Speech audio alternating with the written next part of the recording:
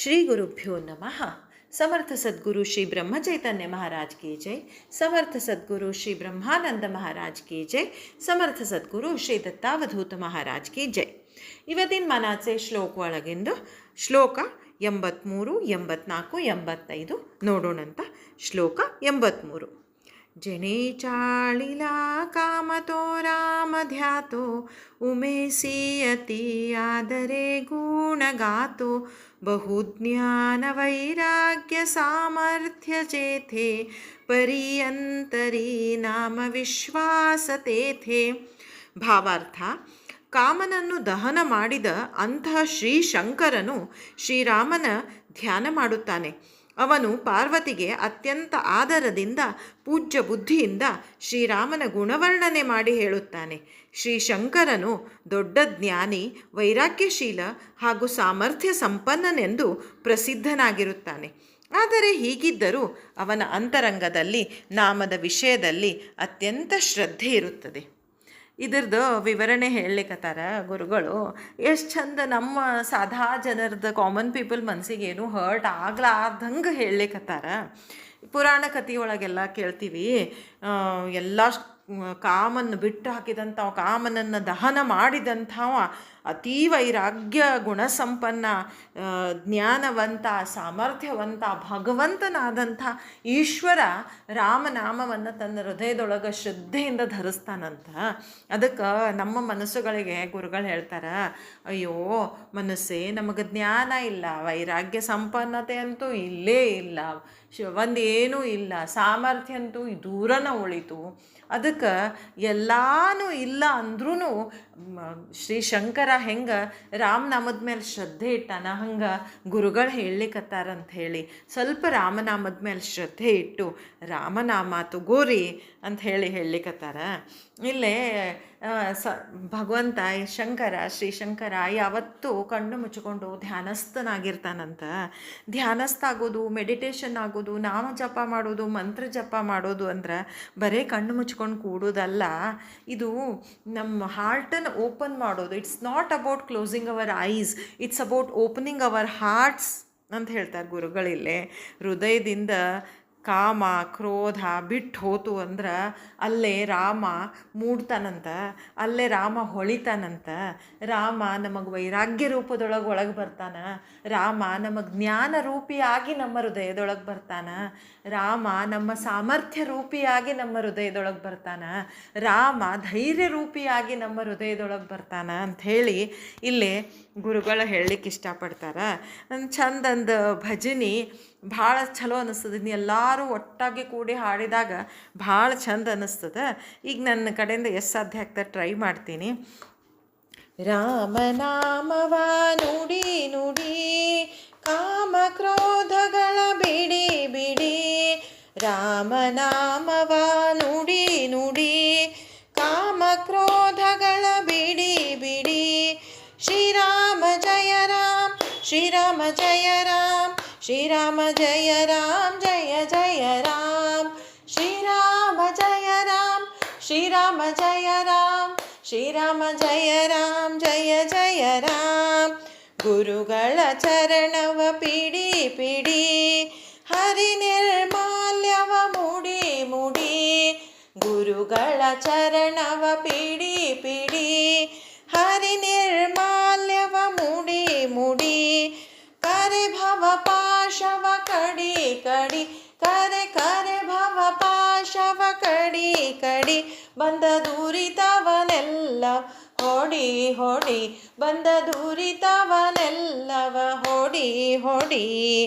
ಶ್ರೀರಾಮ ಜಯ ರಾಮ್, ಶ್ರೀರಾಮ ಜಯ ರಾಮ್, ಶ್ರೀರಾಮ ಜಯ ರಾಮ್, ಜಯ ಜಯ ರಾಮ್. ಶ್ರೀರಾಮ ಜಯ ರಾಮ್, ಶ್ರೀರಾಮ ಜಯ ರಾಮ್, ಶ್ರೀರಾಮ ಜಯ ರಾಮ್, ಜಯ ಜಯ ರಾಮ್.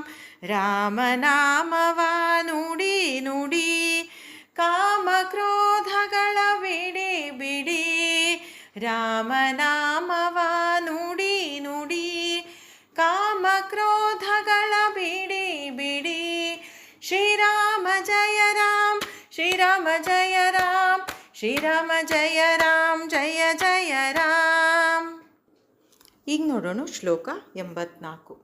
ವಿಠೋನೇ ಶಿರೇ ವಾಹಿಲಾ ದೇವರಾಣ ತಯಾ ಅಂತರಿ ಧ್ಯಾಸರೆ ತಾಸಿನೇಣ ನಿವಾಲಾ ಸ್ವಯೇ ತಾಪಸಿ ಚಂದ್ರಮೌಳಿ ಜೀವಾಸೋಡವೀ ರಾಮಃ ಅಂತಕಾಲಿ. ಭಾವಾರ್ಥ: ಪಾಂಡುರಂಗನು ಶ್ರೀ ಶಂಕರನನ್ನು ಪ್ರೇಮದಿಂದ ತನ್ನ ತಲೆಯ ಮೇಲೆ ಧಾರಣೆ ಮಾಡಿರುತ್ತಾನೆ.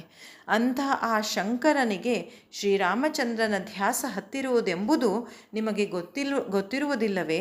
ಸ್ವತಃ ತಪಸ್ವಿಯಾದ ಶ್ರೀ ಶಂಕರನು ರಾಮನಾಮದಿಂದ ಅತ್ಯಂತ ಶಾಂತನಾಗಿರುತ್ತಾನೆ. ಮನುಷ್ಯನ ಅಂತಕಾಲದಲ್ಲಿ ನಿಜವಾಗಿಯೂ ಭಗವಂತನೇ ಅವನನ್ನು ಬಿಡುಗಡೆ ಮಾಡುತ್ತಾನೆ. ಇದರದ್ದು ವಿವರಣೆ ಅಂದರೆ, ಇಲ್ಲಿ ನಾವು ಆಧ್ಯಾತ್ಮಿಗಳಾಗಬೇಕು ಅಂತಂದಾಗ ಭಗವಂತನೊಳಗೆ ಅಚಲ ವಿಶ್ವಾಸ ಬೇಕು ಅಂತ ಹೇಳ್ತಾರೆ ಗುರುಗಳು. ಸರಿ, ನಮಗೆ ಭಗವಂತನ ಅಚಲ ವಿಶ್ವಾಸ ಬರವಲ್ತು ಗುರುಗಳ ವಾಕ್ಯದೊಳಗೆ. ಎಷ್ಟೋ ಜನ ಗುರುಗಳು ಸಂತರು ಆಗಿ ಹೋಗ್ಯಾರ. ಗುರುಗಳ ವಾಕ್ಯದಾಗರೆ ಅಚಲ ವಿಶ್ವಾಸ ಬರಲಿ, ಮನಸ್ಸು ಗುರುಗಳ ವಾಕ್ಯದಾಗ ಅಚಲ ವಿಶ್ವಾಸ ಹೊಂದು ವಿಶ್ವಾಸೋ ಫಲದಾಯಕ ಅಂತ ಹೇಳಿಕತ್ತಾರ ಗುರುಗಳು. ಅಂಥ ಸಮರ್ಥ ಗುರುಗಳ ಮೇಲೆ ವಿಶ್ವಾಸ ಇಟ್ಟು ರಾಮನಾಮ ತಗೊಳ್ಳೋ ಮನಸ್ಸು ಅಂತ ಹೇಳಿ ನಾವು ನಮ್ಮ ಮನಸ್ಸಿಗೆ ಹೇಳಬೇಕು. ಒಂದು ಕಬೀರ್ದಾಸರದ ದೋಹಾ ಬರ್ತದೆ: मुझको कहाँ ढूंढे रे बंदे, मैं तो तेरे पास में, ना तीरथ में ना मूरत में ना एकांत निवास में, ना मंदिर में ना मस्जिद में ना काशी कैलाश में, मुझको कहाँ ढूंढे रे बंदे, मैं तो तेरे पास में, खोजी होए तुरंत मिल जाऊं एक पल की तलाश में, काहे कबीर सुनो भाई साधु, मैं तो हूँ ವಿಶ್ವಾಸ ಮೇ. ಇಲ್ಲೇ ಕಬೀರ್ದಾಸರು ಹೇಳಲಿಕತ್ತಾರ, ಎಲ್ಲಂತ ಹುಡುಕ್ತಿಪ್ಪ ನನ್ನ ಭಗವಂತನ, ಎಲ್ಲಂತ ಹುಡುಕ್ತಿರಿ? ಎಲ್ಲೆಲ್ಲೂ ಇಲ್ಲ. ಇರುವುದು ಪ್ರಾಣದೊಳಗಿಲ್ಲ, ಪಿಂಡದೊಳಗಿಲ್ಲ, ಬ್ರಹ್ಮಾಂಡದೊಳಗಿಲ್ಲ, ಆಕಾಶದೊಳಗಿಲ್ಲ, ಗುಹಾ ಒಳಗಿಲ್ಲ, ಎಲ್ಲರ ಶ್ವಾಸದೊಳಗಿದ್ದಾನ. ನಾ ಎಲ್ಲಿದ್ದೀನಿ ಅಂತಂದ್ರೆ ವಿಶ್ವಾಸದೊಳಗಿದ್ದೀನಂತ ಭಗವಂತ ಹೇಳಲಿಕತ್ತಾನ ನಮಗೆ ಅಂಥೇಳಿ. ಅಂತ ಭಗವಂತನ ಅಚಲ ವಿಶ್ವಾಸ ಮಾಡಿ ರಾಮನಾಮ ತಗೋರಿ ಅಂತ ಇಲ್ಲಿ ಸಮರ್ಥ ಗುರುಗಳು ನಮ್ಮ ಮನಸ್ಸಿಗೆ ಹೇಳ್ತಾರೆ. ಮುಂದಿನ ಶ್ಲೋಕ 84. ಭಜ ರಾಮ ವಿಶ್ರಾಮ ಯೋಗೇಶ್ವರಾಚ ಜಪೂನೇ ಮಿಲಾನೆ ಮಗೌರಿ ಹರಾಸ ಸ್ವಯೇ ನೀವೀತಾಪಸಿ ಚಂದ್ರಮೌಳಿ ತುಮ್ಹಾ ಸೋಡವಿ ರಾಮಃ ಅಂತಕಾಲಿ. ಭಾವಾರ್ಥ: ಶ್ರೀ ಶಂಕರನಂಥ ಅತ್ಯಂತ ಶ್ರೇಷ್ಠ ಯೋಗಿ ಪುರುಷರಿಗೆ ಶ್ರೀರಾಮನು ಸುಖ ಕೊಡುತ್ತಾನೆ, ಸಂತೋಷ ಕೊಡುತ್ತಾನೆ. ಶಂಕರ ಹಾಗೂ ಪಾರ್ವತಿ ಇಬ್ಬರು ನಿತ್ಯ ನಿಯಮದಿಂದ ರಾಮನಾಮದ ಜಪ ಮಾಡುತ್ತಾರೆ. ನಾಮ ಜಪದಿಂದ ಶ್ರೀ ಶಂಕರನ ದಾಹವು ಶಾಂತವಾಯಿತು. ನಾಮ ಜಪ ಮಾಡಿದರೆ ಶ್ರೀರಾಮನು ಅಂತಕಾಲದಲ್ಲಿ ನಮ್ಮನ್ನು ಮುಕ್ತಗೊಳಿಸುತ್ತಾನೆ. ಇದರದ್ದು ವಿವರಣೆ ನೋಡಿದ್ರೆ, ನಮ್ಮ ಮನಸ್ಸು ಮೃತ್ಯು ಲೋಕ ಆದಂಥ ಈ ಟೆಂಪ್ರರಿ ವರ್ಲ್ಡ್ ಆದಂಥ ಭೂಮಿಗೆ ಇಷ್ಟು ಅಂಟುಕೊಂಡು ಕೂತು ಒಂದು ಆಸೆಗಳದ ಒಂದು ದೊಡ್ಡ ಬೆಟ್ಟ, ದೊಡ್ಡ ಮೌಂಟ್ ಎವರೆಸ್ಟ್ ಮಾಡ್ಕೊಂಡು ಕೂತ್ಕೊಂಡ್ಬಿಟ್ಟಿರ್ತದಂತ. ಏನು ಅಂದ್ಕೊಂಡಿರ್ತದಂತ ಮನಸ್ಸು, ಇವತ್ತಲ್ಲ ನಾಳೆ, ಇವತ್ತಾಗಲಿಲ್ಲ ಇನ್ನೊಂದು ದಿವಸ ನನ್ನ ಆಸೆ ಎಲ್ಲ ತೀರ್ತದಪ್ಪ, ನನ್ನ ಆಯ್ತು, ನನ್ನ ಆಸೆ ತೀರ್ತದೆ ಅಂದ್ಕೊಂಡು ನಾನು ಅದು ಸಾಧಿಸ್ತೀನಿ, ನಾನು ಹಿಂಗೆ ಮಾಡ್ತೀನಿ.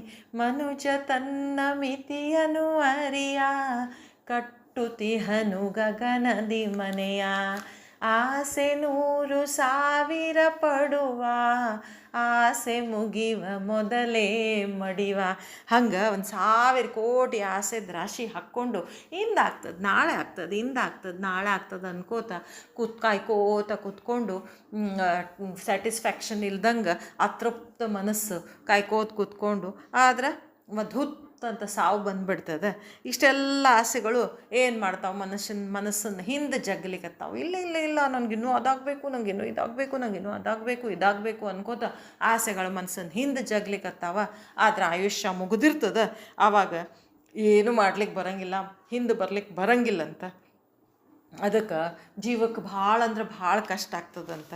ಆದ್ರೆ ಯಾವಾಗ ರಾಮನಾಮ ತಗೋತಿರಲ್ಲ ಮನಸ್ಸು, ನಿನ್ನ ಅಂತ್ಯಕಾಲದಾಗ ರಾಮ ನಿನ್ನ ಬಿಡ್ತಾನೇನು ಅಂತ ಕೇಳ್ತಾರೆ ಇಲ್ಲಿ ಗುರುಗಳು. ನೀ ರಾಮನಾಮ ತಗೊಂಡಿದ್ದಿ ಅಂದ್ರೆ ನಿನ್ನ ಅಂತ್ಯಕಾಲದಾಗ ರಾಮ ನಿನ್ನ ಕೈ ಬಿಡೋದಿಲ್ಲಪ್ಪ. ನಿನ್ಗೆ ಒಳ್ಳೆ ಗತಿ ಸಿಗ್ತದೆ, ಒಳ್ಳೆ ಮುಂದಿನ ಸ್ಟೇಜ್ ಸಿಗ್ತದೆ, ಮನಸ್ಸಿನ ಮುಂದಿನ ಅವಸ್ಥೆಗೆ ಹೋಗ್ತದೆ ಮನಸ್ಸು. ಇಲ್ಲ ಅಂದ್ರೆ ಇದೇ ಅವಸ್ಥೆದೊಳಗೆ ಇಲ್ಲೇ ತಿರುಗ್ಕೋತ ಕೊಡ್ತದೆ. ಬೇಡಪ್ಪ ರಾಮನಾಮ ತಗೋ ಅಂತ ಹೇಳಿ ಎಷ್ಟು ಪ್ರೀತಿಯಿಂದ ಗುರುಗಳು ಇಲ್ಲಿ ನಮಗೆ ಹೇಳಲಿಕ್ಕತ್ತಾರ. ಜೈ ಜೈ ರಘುವೀರ ಸಮರ್ಥ.